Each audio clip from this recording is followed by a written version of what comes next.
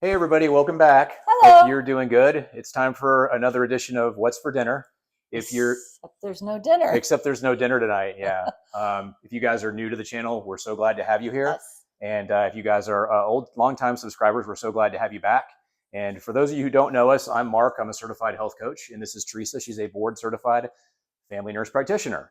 So let's get right along to the theme of the evening, and that's going to be what caused this massive healthcare crisis that we have going on in this country. So I think everybody probably has a good idea what I'm talking about. We talk about it quite regularly, so we'll go ahead and call it what it is. It's a crisis. Yeah. So I've spoken about this before, but this kind of goes back to in 1971, the U.S. government decided to depeg the U.S. dollar from the gold standard. Okay, when they did that, it allowed them to print money at leisure. So basically, they started doing things. They just started printing money anytime they wanted to do something. If they wanted to start up a new branch of the government, if they wanted to, go to war with somebody, they could just print money whenever they needed to. And that's the only thing gold was stopping them from doing. So when they depegged, they understood inflation was going to be a problem. So inflation is a lot of the reason why things are as expensive as they are today. It's not that things are getting more expensive. It's that your dollars are becoming weaker and weaker daily. And this is a bad problem we've been suffering from. So they realized that food inflation was going to be one of the main factors in how effective they were going to be able to govern the country. Because there's a lot of things people will tolerate, but expensive food is something that, historically speaking, people that live within under a government will not tolerate. So when that happened, they came up with a plan before they depegged the gold, and they understood that they were going to have to try and steer Americans by social engineering. They were going to try and steer us to buying cheaper versions of food. So food, no matter where you get it from today, is expensive. Don't get me wrong. I get it. Even McDonald's has gone up over like 100% in the last few years. But they decided they were going to try and steer us to buying cheaper foods. So that's when they came up with the idea of steering us more towards plant-based, non-nutritious food substances and highly subsidized food-like products like corn, soy, and wheat. Yeah. So when they did that, they also got in the business of making nutrition recommendations. And nowhere in U.S. history had the government ever gotten involved in making recommendations for nutrition and dietary advice and whatnot, but they decided to at that time, okay? And it was a self-preserving interest kind of thing. That's the reason why they did it. So when they did that, all of the governing bodies throughout the government, hospitals, healthcare facilities, individual entities, like for instance, the American Dietetics Association, they had to get online with that. Even schools had to get online with that, because in order for them to get government subsidies, they have to meet government standards. And if the government standards say more plants, less meat, then that's what they have to do. Okay. And so that's kind of a really broad stroke with the brush kind of idea of that what started steering us in this direction. Now, there was a lot more to corporate greed, pharmaceutical industry, things like that. So anyway, where did that take us? And then I'm going to hand the reins over to Teresa here, and she's going to talk to you a little bit more about that. So, well, I just think was it Nixon? Did you say Nixon? Nixon in 1971. Okay. That's correct. So yeah. He didn't grow up with my parents, who always said, "Do you think money grows on trees?" When I would ask for things. Yeah. So apparently their money does grow on trees. For sure. First of all, I think we've all talked about this before many times, is we have to stop calling the system that you're choosing to stay in with your insurance as healthcare. It is sick care. They're not interested in you becoming healthy because they want customers. And I think we all have to acknowledge the fact that big ag and big food and big pharma and all of these corporate medicine are all the same players. Yeah. Okay. So what one wants, big food, that creates the need for big pharma and so on. Okay. So everyone's scratching each other's backs. Yeah. Insurance companies are also heavily involved in that too. So it's the biggest Ponzi scheme of all times. So a couple things that we've done in nutrition. And then when you were saying about the government making nutrition recommendation guidelines, I just thought physicians, nurse practitioner, physician's assistants aren't even taught nutrition in school. So where would we think that government officials got taught nutrition? Yeah. So they haven't. So a few of the big nutritional mistakes that we've made over the years, and this has really been since the 70s, because like our grandparents and great grandparents ate right. So we blamed salt for what sugar did. So everyone thinks salt is evil and the bad stuff and causes high blood pressure. It is sugar. We blamed fat for what carbohydrates did. So bacon grease, ribeye fat, on the surface is not bad, but when you pair it with carbohydrates or sugar, that's when it becomes bad. Remember, there is no food existing in nature that has carbs and fat together. Okay. Blaming butter for what margarine did. You guys have probably all seen the little memes on Facebook where they put butter and margarine out. The ants do not touch the margarine. Yeah. They have a couple people that I follow have had a McDonald's like cheeseburger and fries out for 10 years now, and it hasn't degraded and nothing has eaten it. No roaches, no nothing. We are blaming cholesterol for what inflammation does. So every time you eat sugar, you spike your insulin, and that's what damages your small vessels. Insulin equals inflammation, but instead we tell people it's because you're eating eggs and bacon every day. And they, recently put out on the news that eating two eggs is like smoking 5 cigarettes a day. That's Absolutely a lie. ridiculous. Blaming eggs for what toast did. So when we started to introduce toast from eggs and bacon or eggs and sausage of our grandparents' day, that was the problem. Now you're introducing fat and carbohydrates. That was it. But this, so Dr. Jockers is somebody I follow on Facebook, David Jockers. He's a chiropractor in Atlanta, Georgia, and he's keto carnivore. And he put on his post, one of his posts, that the average Americans get 75% of their foods from ultra processed foods. 75% of what we're consuming is ultra processed foods. Yeah. Remember, ultra processed foods are a new invention in the last 100 years. Our grandparents and our great grandparents did not eat that stuff. No.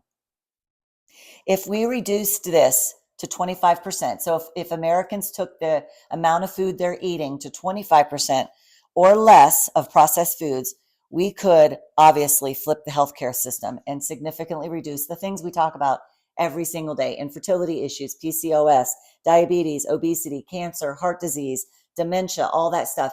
Everyone is worried about the C word. Everyone is worried about cancer.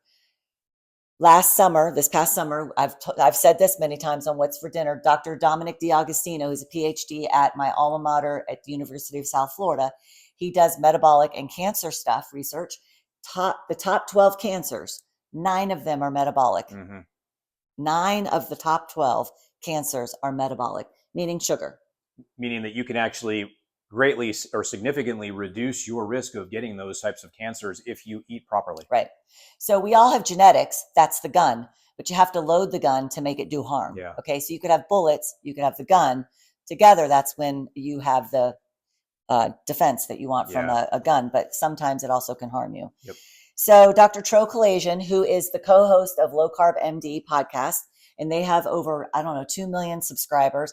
I'm in there in episode 115, but he's an amazing obesity medicine doctor. He has been on a mission from God, obviously, but he has his license in pretty much all 50 states, and he is helping so many people. He has an app that now he changed to, what's the name? Toward Health. So TOWARD Health is a fantastic app. You can look it up. There's a free version of it. So if you go to the App Store and you download it, I'm not sure about the Google Play Store, but you can go on the Apple App Store, because we use Apple, and you can download it. Yeah. And there's a free option to it, but then there's also a premium side of it. So this app is so awesome. There's over 10,000 subscribers who are inside that app in the chat room. Yeah. So we talked about a support network, and I forgot to mention this the other night when we were talking about support networks. But over 10,000 people in there. And then they were constantly having health coaches that are affiliated with Dr. Tro, where he has his PAs and nurse practitioners and dietitians, or whoever's working with him will get on there, and they'll actually coach these people. They put on multiple classes live every week. Yep. They have recipe guides in there. They have workout videos and workout guides. Yep. There's even an emergency number. So if you're one of those people who, oh my gosh, I'm white knuckling it through this, I need to really get talked down off a ledge here, then you can actually call this number and they'll actually help you with this. And those are all premium options. And there's a fee involved with that. But it was so cool. What he did is he actually licensed this out to practitioners like Teresa, and for our facility, for our clinic.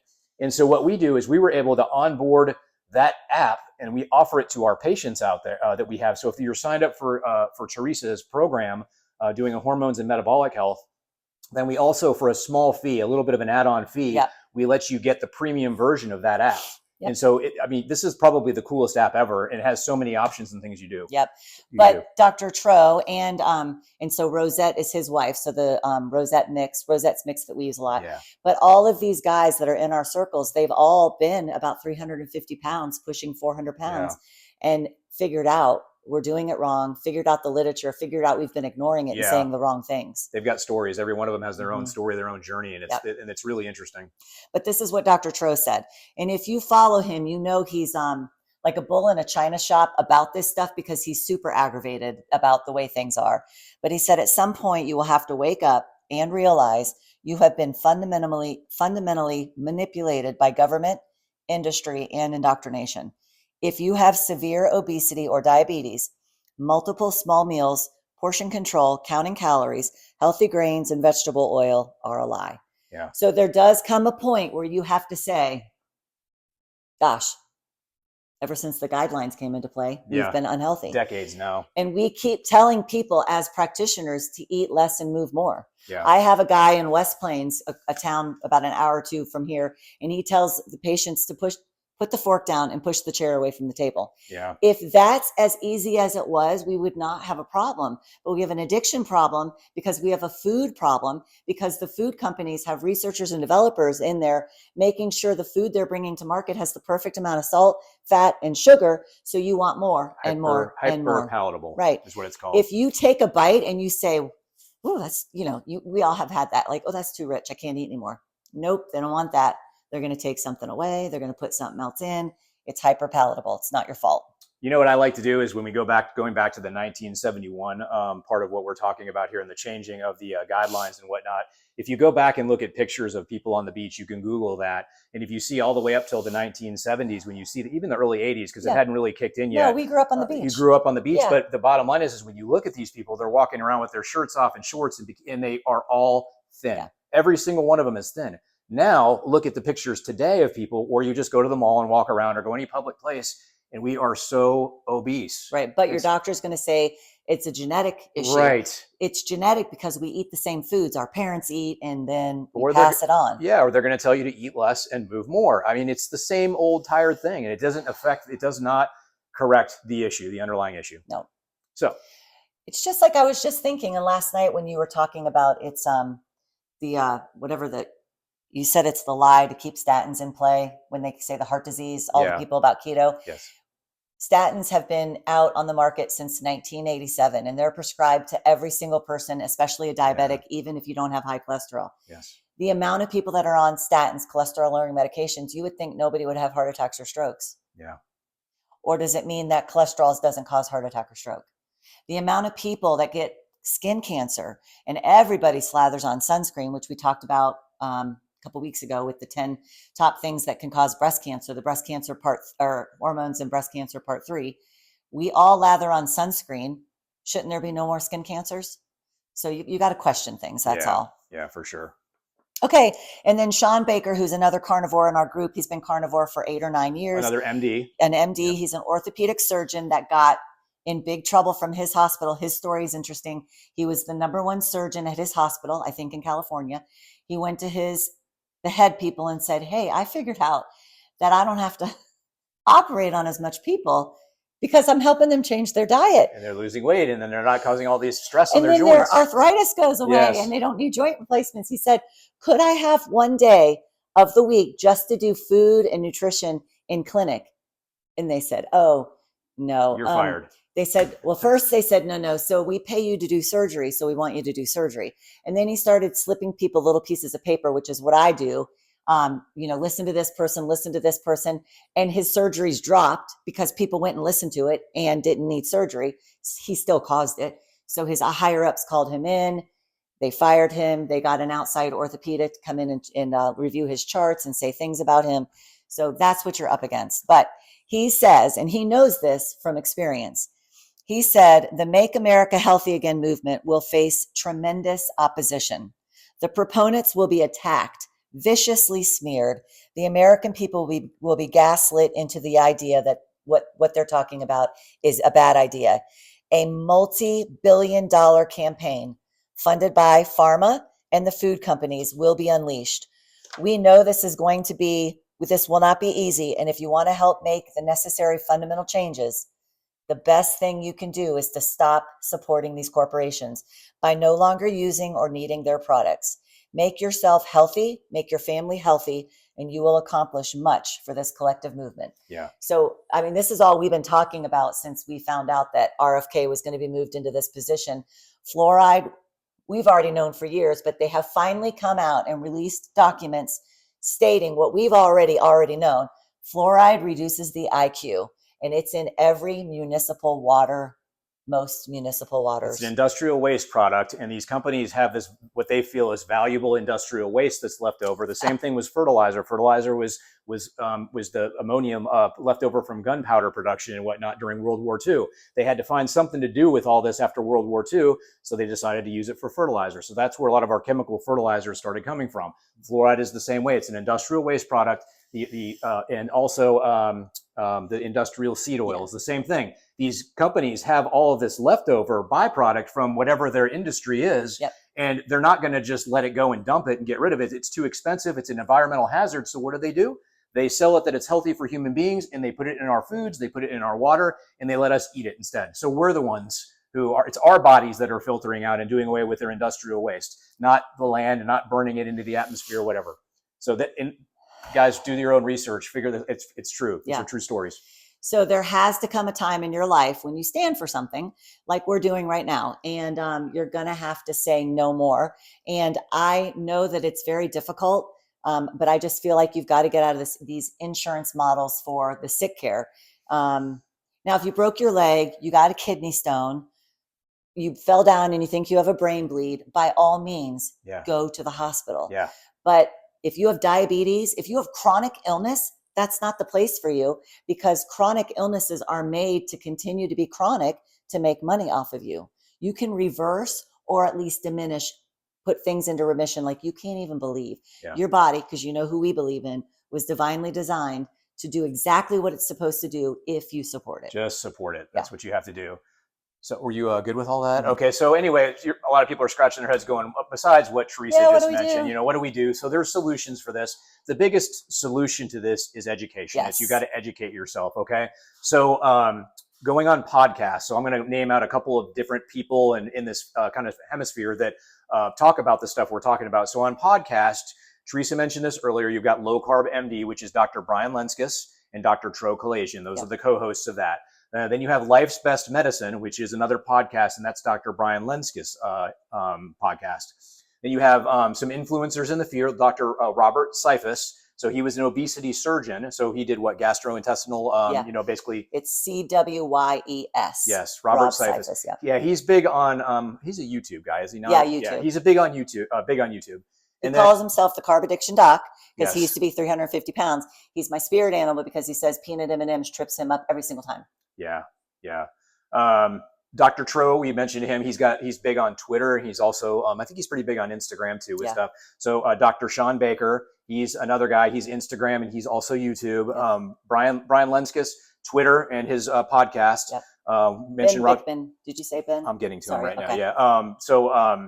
Dr. Ken Berry, YouTube, another big one. And then, of course, Ben Bickman. Ben Bickman's a PhD. We love him because he's not only is he incredibly smart, but he makes people like me feel like I'm incredibly smart too because he teaches so good. He's a college professor, so he's used to teaching young kids. But he makes it very simple to learn, and he's easily understandable. He teaches medical students, and he knows front and back on insulin. And then he wrote Why We Get Sick, the book Why We Get Sick. And so I would check that out as well. And he's a gentleman. Yeah, he's a nice guy. He doesn't get excited like we do. He's so calm. He's just so nice. Yeah. All right, guys. Well, if you... and Anthony Chafee.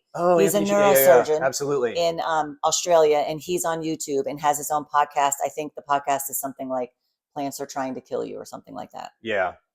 Or something like that. But you can find him. Yeah. So anyway... All right, guys. Well, please share any comments that you had in the comments section. And please, if you've got any information, any experience, share that especially because, like I said, I say this all the time, and I'll keep saying it, is there's always going to be somebody out there who is afraid to speak up, but they have questions. And when you say it, when you put something in the comments, it's going to help them when they read it. And also, I have said this before, You guys might think we're ahead of the game, but we're not, like with my makeup and all this other stuff that I talked to you about Yeah. earlier. So take a few things that you could change that doesn't overwhelm you. And what I tell my patients is the 3 things that you pick, I might not be ready for yet. I might think, wow, you're able to change that. So do what's good for you. Don't act like you got to follow the crowd or do what we're doing. You have to do what's feasible, and you don't need to be overwhelmed and, all this other stuff. Just take a few simple things and fix them. Yep. All right. Well, if you haven't already done so, go ahead and please consider subscribing to us on YouTube or following us on Facebook. And then also, if you want to see what we're kind of all about, www.Teresa Mealy Total Health and Wellness. I know that's a long, you got to type a lot in there, but Teresa Mealy Total Health and Wellness.com. It's our website, and you can kind of see what we're about. And we've got links to different blogs, links to to these YouTube videos, and a lot of other information on there. So anyway, yeah, I know this is long, but I was just thinking, you're the one that first came to me about a few things, but fluoride was one of them. And I remember thinking, he sure is handsome, but he's kind of crazy. You think our dentists would be using fluoride if they, so it also helps if you have someone that even thinks you're crazy, but allows you to speak. Support system, like he talked about earlier this week, is hugely important. So hopefully you guys have that. This much handsome, this much crazy. So, no, just kidding. All right, guys. Well, as always, we love you all. Yes. And yeah, God bless you. And I guess we'll see you next time. Bye. Bye.